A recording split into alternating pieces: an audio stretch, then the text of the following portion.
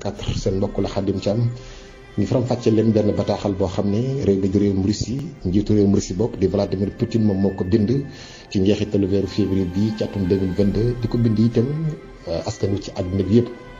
nee na daal ginnaaw ba nga xamante ni maa ngi leen di nuyu maa ngi di xamal ne itam depuis weeru octobre ba léegi xibaar yu bare wàcc na ci àddina bi xibaar nag yoo xam ne ci bari daal dafa ñeel sama réew mi di Russie waaye itam bari na ci yoo xam ne dëgg la waaye itam bari na ci yoo xam ne dara du ci dëgg ay sos la ak i tappale maa ngi leen di xamal ne itam lii ma leen bëgg a expliquer muy lettre bii may bëgg a bind képp koo xamante ni jàng nga ko di nga comprendre bu baax a baax fi àddina bi toll rawatina nag cong bi nga xamante ni sama réew di mi ngi koy song Ukraine waaye itam da ngeen xam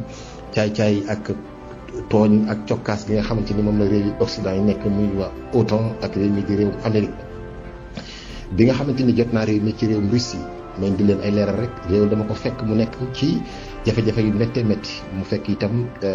empire bi ñuy wax URSS daal di tas tubaab yi muy waa Amérique ak réew nasaraan yi ñoo def seen i pexe ba tas ko xàjjale réew yu bare yoo xamante ni ñoo bokk ndey bokk bàyyi bokk culture bokk aada bokk lépp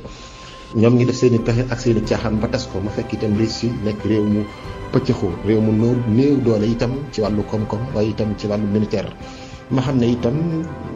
projet bi ma fekk daal wala bokk situation bi ma fekk réew mi sama kéemtalaat kattan mooy def sama pexe ba yëkkatiwaat réew mi ci anam yëpp ci noonu ci laa songee nag ay projet yu am solo jëm ci wàllu armement fexe daal ba dimbaliwaat Russie ba amaat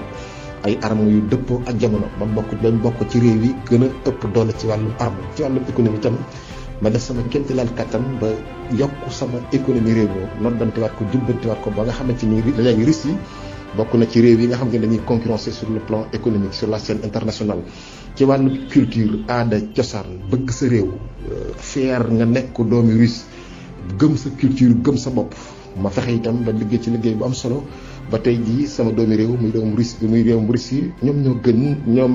nekk ay russe moo leen gënal nekk lu mën a doon te balee loolu sax bi may door a jot ci réew mi tàllaloon laa loxo réew yi Occident yi muy OTAN ak waa Amérique ngir yàgg ñu booloo lëkkaloo def ak xaritoo coopération ndax dama jàppoon ne loolu mooy jàmmi àddina bi yëpp waaye nag jamonoy George Bush moo jiite woon Amérique dafa ma lankoon lu ni mel te loolu nag tegu ko fenn lu dul daal jàpp ne man nii dama war a nekk concurrent am ëllëg ci wàllu armement mu daal di nag dakkal lu ni mel waaye daal ci noonu nag ci laa xam ne nag réew àddina bi fi mu toll nii nga xam ne Occident yi muy réew yi nasaraan yi Europe yi ak réew Amérique dañ fi nekk di jaaba jonge di tooñ di def lu leen neex ci àddina bi te dara du leen ci fekk moo tax nag mu jug taxaw temm nag tey jii def sama kéemtalaal kattan ba indi tey jii Russie fi mu nekk réew la moo xamante ni itam ay samay noonu soriwuñ man ndax réewu OTAN yi soriwuñ ma te saa su nekk rek mën naa am ab menace jóge fa saa su nekk juddoo fa jëm si ci man waaye teewul ma ne tekk rek ne tekk tooñu ma kenn sequma kenn lu dul jàmm. am na itam ay jamono yoo xamante ni àddina bi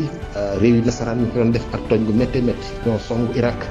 mu nekk réew moo xam ne sore na Amérique ay junni kilomètre Amérique jëm fa bombardé ko caxate ko rey Saddam Hussein